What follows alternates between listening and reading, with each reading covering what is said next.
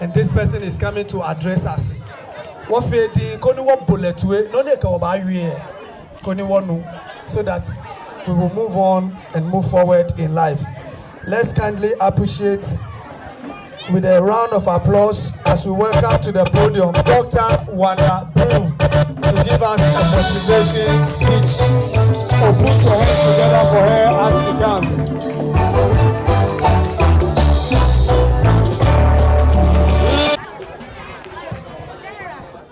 Thank you. Good afternoon.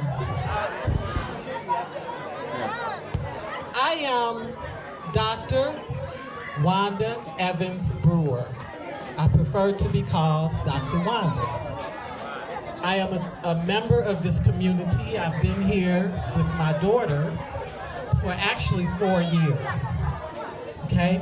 I am a globe-trotting professor, a scholar practitioner, a grassroots activist, and that's been my role in this community. I came to know of Perez because there was one woman who I said was my best friend in this community, okay? And that's not easy to say as a foreigner, okay? And I'm well aware that I am a foreigner being hosted in this community. Her sister, Mariama, is an employee here. And she knew of my work. She knows that part of what I do is plant mini libraries at various schools.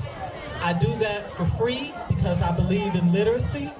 I believe that in order for you, since my gentleman introduced me as someone to say to go to the next level, you must master your mother tongue, but you also have to master the King's English, because that is the language of commerce. So if you're gonna move forward on every level, and all of us won't do the same things, you need that mastery. So I bring 100 books to start the mini library. Most of them, thank you. Most of them are either written by a black author about a black topic, have black images in them, so that you learn to value yourself. The Ghanaian needs to read the Zimbabwean needs to read the South African needs to read the Ghanaian. We need to read each other's great thinkers. And we get too heavily influenced by Western thinkers and we wash ourselves out, okay? The original man, the original woman is here. We know that's true because they dug and dug and dug, and they found Lucy, and her bones was identified as the oldest bones, and it comes from where? The motherland, okay? So that book, that library is vital. I could build a library, but that would be a disservice because there are 16 regions in this country, and they all have a level of literacy need for different reasons. So I, on my own dime, with a little bit of fundraising and a great partner who couldn't make it today, if you call me out, I'll bring that starter library.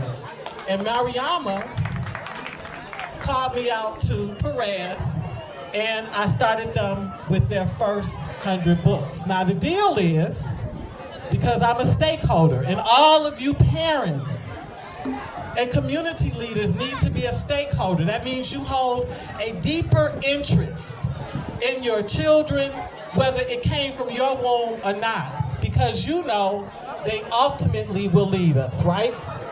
They're either gonna lead us into a good direction or a negative direction. So we have to be stakeholders.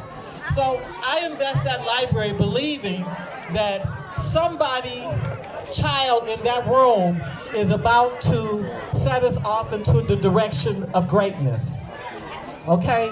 Nobody knew that Thomas Sankara was Thomas Sankara, including himself, okay?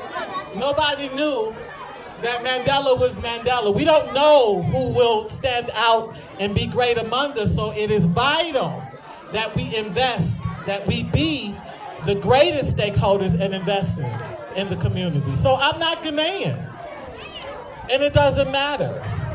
What matters is that if I am a true scholar practitioner, and if I am the educator I say I am, and I've been in education now 35 years, and I've taught every level, preschool, grammar school, high school, college. I've taught English as a second language. I've taught Spanish for 8 years because that's actually the biggest language in the U.S. besides English. Okay? So I've taught forever. I've taught life skills. I've taught a lot of things. I've taught young teachers how to get through their first few years of teaching. Then if that's the case, it doesn't matter to me. When I see melanated people, I deposit. That's it. That's all. Now, what I told the school was, I'm gonna come back in a year. And if that library is intact, meaning you haven't stolen your books, you haven't damaged your books, the books are still relatively available to the students, then I'm gonna bring another 100.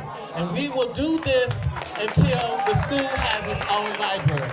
You understand? Yes. Yeah. So they gotta give me something back. It's free, but it ain't free. Okay? It's free, but nothing in this life is free. So they owe me. They owe me to show me how dynamic reading skills are improving, to show me who memorizes what or who our newest writers are. All this that they showed me today, even with the poetry, I love seeing because I know that they're practicing their literacy skills. Last thing I'll say, reading and writing go together. Most people who can't read can't write.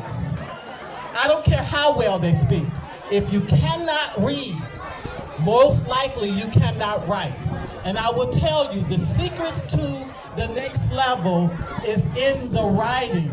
The devil is always in the details. You need to learn how to read. Even if it takes you longer to get through a document, it doesn't matter. Even if you mispronounce it, you work on it. It's an ongoing life skill. Understood? Okay. This school is a gift to me. I'm a gift to you. You know who I am, Dr. Wanda. And that's it. That's what I want to share with you today. Thank you, Dr. Wanda. We are so much grateful for this privilege. Thank you so much for motivating us to move to the next level. Again, let us appreciate her. Put your hands together for her. For that kind-heartedness that she's giving us 100 books to start with. And in a year, she's going to come back. When everything is intact, she's going to add another 100.